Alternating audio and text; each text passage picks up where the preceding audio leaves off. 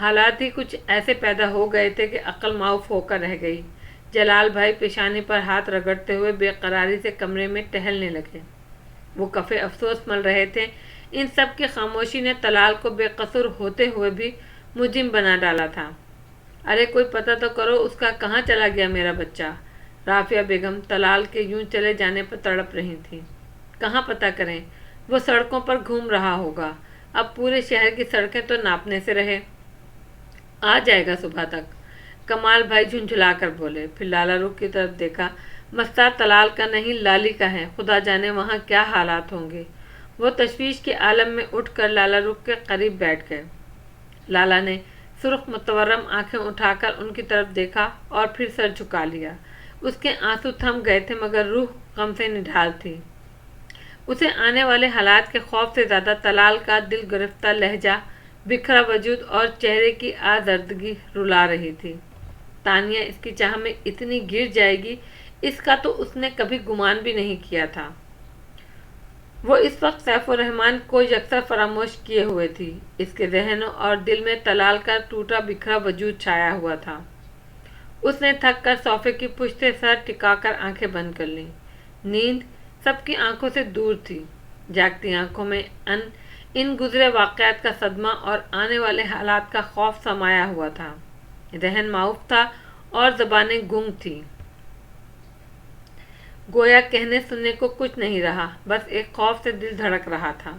لڑکیاں کمرے میں بند ہو کر آنسو بہا رہی تھیں۔ تم نے ہی اسے آسمان پر چڑھا رکھا تھا، اتنی لفٹ دینے کی کیا ضرورت تھی؟ میری جھول سے ہی دفان ہو جاتی تو اچھا تھا۔ مہوش ہنا کو کوسنے لگی۔ تو اسے بھی ضرورت کیا تھی کہ لے کر چاچو کے کمرے میں بھیج دیا؟ ہنا نے نازش کو گھورا۔ نازش کو سراسر اپنا ہی قصور دکھائی دے رہا تھا۔ وہ گھٹنوں میں سر دیے آنسو بہا رہی تھی۔ مجھے خبر نہیں تھی کہ اس کے دل میں چور ہے، ورنہ میں کبھی ایسا نہ کرتی۔ تمہیں تو پتا تھا ہنا کہ وہ چاچو کو پسند کرتی ہے۔ وہ دل گرفتگی سے سر اٹھا کر دیوار سے لگ کر بیٹھ گئی۔ پسند کرتی تو عزت بھی تو کرتی چاچو کی، نہ کہ ان کی عزت کو دھجی دھجی کرنے کی کوشش کی۔ یقیناً چاچو نے اسے کسی موقع پر بری طرح جھاڑ دیا ہوگا، تبھی اس نے انتقامی طور پر ایسا گھناؤنا قدم اٹھایا۔ بند کرو تم لوگ اپنی اپنی بولیاں، مردوں میں سے کسی نے سن لیا تو خیر نہیں ہے تم لوگوں کی۔ روبی بھابھی نے کمرے میں جھانک کر انہیں ڈپٹا۔ بھابھی، میرا دل چاہتا ہے میں اس کمینی فتنی تانیہ کا گلا گھونٹ دوں، جس نے میرے اتنے نائس چاچو کو۔ ہنا کی آواز بھرا گئی۔ وہ جملہ ادھورا چھوڑ کر بلک بلک کر رونے لگی۔ تمہارا ہی کیا، یہاں تو سب کا یہی دل چاہ رہا ہے، مگر سوائے اسے کوسنے کے ہم اور کچھ نہیں کر سکتے۔ روبی کے سینے کی تہہ سے ایک آزردہ سانس کی نکل گئی۔ مجھے تو پہلے ہی اس لڑکی کے طور طریقے اچھے نہیں لگتے تھے، پتہ نہیں لالا روح کس خاندان میں جا پڑی۔ ایک سے ایک چلتر ہیں وہاں۔ مجھے تو آگے کا سوچ سوچ کر ہول اٹھ رہا ہے۔ وہ بیچارگی آمیز کرب سے لب کاٹنے لگی۔ تو کیا سیفی بھائی تانیہ کے اس جھوٹ پر یقین کر لیں گے؟ ہنا اٹھ کر روبی بھابھی کے نزدیک آ بیٹھی اور دھڑکتے دل کے ساتھ بولی۔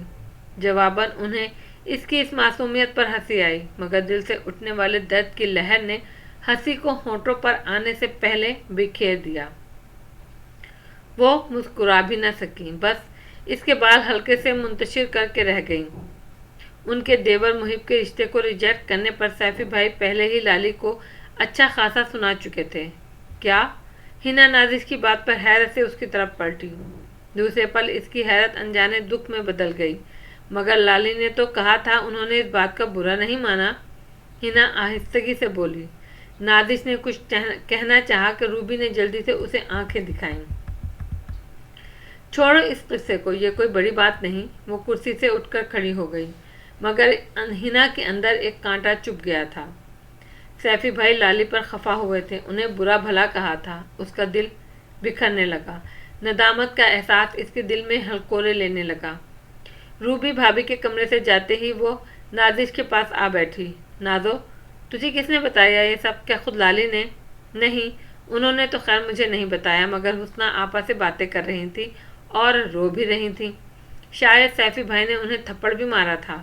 نازش اس کے دل کی حالت سے بے خبر آہستہ آواز میں بتانے لگی۔ کو اپنا وجود ندامت کی عمیق گہرائیوں میں اترتا محسوس ہوا۔ لالی اسی لیے تو حسنہ آپا کی شادی سے 15 روز پہلے ٹھہرنے نہیں آئی تھی۔ ان کے سسرال والوں کے موڈ خراب تھے، انہوں نے شاپنگ بھی اسی لیے تانیہ کے ہمراہ کی تھی، شاید ہی ساس کا دل صاف ہو سکے۔ انہوں نے حسنہ آپا کو یہ بتایا تھا اس لیے کہ حسنہ آپا ان سے بہت خفا لگ رہی تھیں۔ ہنا جھٹکے سے نازش کے قریب سے اٹھ گئی، اس کا دل چاہا لالا کے قدموں میں جا گرے اور رو رو کر معافی مانگے۔ کسی کو بھی تو خبر نہ تھی کہ محب کا رشتہ صرف اور صرف ہنا کی خواہش پر رد ہوا تھا۔ وہ بیڈ پر گر گئی اور تکیے میں منہ ڈال کر بچوں کی طرح سسک کر رونے لگی۔ صبح لالا رخ کو سیف الرحمن جس جارحانہ انداز میں لینے آیا تھا، اس نے سب کو ہی خوف اور اندیشوں سے ہلا کر رکھ دیا تھا۔ جاذب نے اسے سمجھانا چاہا تو وہ ہتے سے اکھڑ گیا، کھڑے کھڑے سکندر ولا والوں کو خوب گالیاں دیں، جو منہ میں آیا ترش تیکھا بولتا چلا گیا۔ جلال بھائی نے اس کے جارحانہ موڈ کو دیکھ کر لالا رخ کو اس کے ہمراہ جانے سے روکنا چاہا، مگر وہ خاموشی سے اس کے ساتھ چلی گئی۔ اس کے وجود پہ صحرا جیسا سناٹا اترا ہوا تھا، وہ خود کو ہر سزا کے لیے تیار کر چکی تھی۔ اسے سیف الرحمن سے کسی بھی قسم کے رحم کی توقع نہیں تھی۔ وہ خود کو بیچ سمندر میں گھرا ہوا محسوس کر رہی تھی، جہاں ہاتھ پیر مارنے اور مزاحمت کرنے کی ساری طاقت دم توڑ دیتی ہے۔ حد نظر تک بفری موجیں تھیں اور دور دور تک ساحل کا آسرا تک نہ تھا۔ اسے ہر کسی کی نفرت انگیز نگاہوں کا سامنا کرنا پڑا۔ سیف الرحمن نے گویا اسے ایک کٹہرے میں کھڑا کر کے رکھ دیا تھا۔ ساتھ جی بھر کے دل کی بھڑاس نکالتی رہی۔ سائمہ آپا الگ طنز کے نشتر چلاتی رہیں اور وہ رات بھر رو رو کر اپنی بے گناہی کا یقین دلاتی رہی، اسے مناتی رہی، مگر وہ منہ موڑے سوتا بن گیا۔ دوسرے دن رافعہ بیگم، سعدیہ بھابی اور جلال بھائی چلے آئے تاکہ حالات کا اندازہ کر سکیں اور حقیقت کو واضح کر سکیں، مگر سیف الرحمن کچھ سننے کے موڈ میں نہیں تھا۔ ادھر جلال بھائی بھی جلال میں آ گئے۔ انہوں نے تانیہ کی ساری کارکردگی من و ان سنا دی جو تلال سے وہ اگلوا کر آئے تھے۔ اس پر بات اور بڑھ گئی۔ لالا رخ جانتی تھی کہ اس کی ساس اپنی بیٹی کے ایک ایک کرتوت سے واقف ہے، مگر جان بوجھ کر چشم پوشی کر رہی ہے۔ جھگڑا حد سے بڑھ گیا تو جلال بھائی لالا رخ کو اپنے ساتھ سکندر ولا لے آئے۔ کوئی ضرورت نہیں ہے اب وہاں جانے کی۔ جب اس شخص کو تمہاری ضرورت نہیں تو پھر اپنی زندگی کیوں خراب کرتی ہو، کیوں اپنی حیثیت اور عزت خراب کر رہی ہو؟ اس کی نگاہوں میں لالا آنا نہیں چاہ رہی تھی، مگر سیف الرحمن نے جس طرح اس سے آنکھیں پھیر رکھی تھی، اس نے اسے توڑ کر رکھ دیا تھا۔ اس نے تانیہ سے بھی معافیاں مانگی، مگر اس نے بھی منہ پھیر لیا۔ سائمہ آپا کو تو اس سے ہمیشہ ہی ایک پرخاش رہی تھی کہ اس کی نند سیف الرحمن سے بیاہی نہ جا سکی تھی۔ اس کا یوں بھی اس بھرے پورے سسرال میں کوئی بھی حمایتی نہ تھا۔ ایک یہی شخص تھا جس کا آسرا تھا، وہ بھی جھلستی دھوپ بنا بیٹھا تھا۔ اسے لگا یک لخت اس کے سر سے سائبان چھن گیا ہے۔ موہوم سی امید کا دیا بھی جلتا بجھتا دکھائی دے رہا تھا۔ شوہر اگر ٹھنڈی چھایا ہو تو عورت سارے بڑے چھوٹے دکھ سہ لیتی ہے، ایک اس ذرا سی چھاؤں کی خاطر، مگر جب یہی تپتی دھوپ بن جائے تو عورت کے لیے کوئی چھاؤں نہیں رہتی، کوئی خوشی نہیں رہتی۔ پیروں کے آبلوں پر مرہم لگ جاتا ہے، روح کے آبلے مگر بے چین ہوتے ہیں، ان کا تو مداوع ہی نہیں ہو پاتا، یہی تو لا علاج ہوتے ہیں۔ کچھ دنوں بعد لالا کی ساس کی طرف سے سیف الرحمن اور لالا کے رشتے کو قائم رکھنے کی جو شرط پیش کی گئی، اس نے سکندر ولا کے مکینوں کو ہراساں کر کے رکھ دیا۔ اس نوبت کا تو تصور بھی نہیں تھا کسی کے پاس۔ لالا رخ رنج غم سے کٹ کر رہ گئی۔ اس نے اماں کو روکنا چاہا کہ وہ طلال سے اس شرط کا ذکر نہ کریں، مگر رافعہ بیگم کے خیال میں اس کے سوا چارہ نہیں تھا۔ انہوں نے ایک دن موقع دیکھ کر طلال سے بات کر ڈالی، میں اس لڑکی کی شکل دیکھنا پسند نہیں کرتا، آپ اس سے شادی کی بات کر رہی ہیں؟ ایک بد کردار لڑکی سے میں شادی کر لوں؟ وہ کسی بم کی طرح بلاسٹ ہوا۔ سیف الرحمن کی بھی یہی شرط ہے، انہوں نے شکستہ لہجے میں کہا۔ لالی سے جب اس نے شادی کی تھی تب اس نے ایسی کوئی شرط کیوں نہیں رکھی؟ اب اس رشتے کو کیوں مشروط کر رہا ہے؟ مشروط رشتہ یوں بھی رشتے کی حرمت پر بدنما داغ ہے۔ اس نے غصے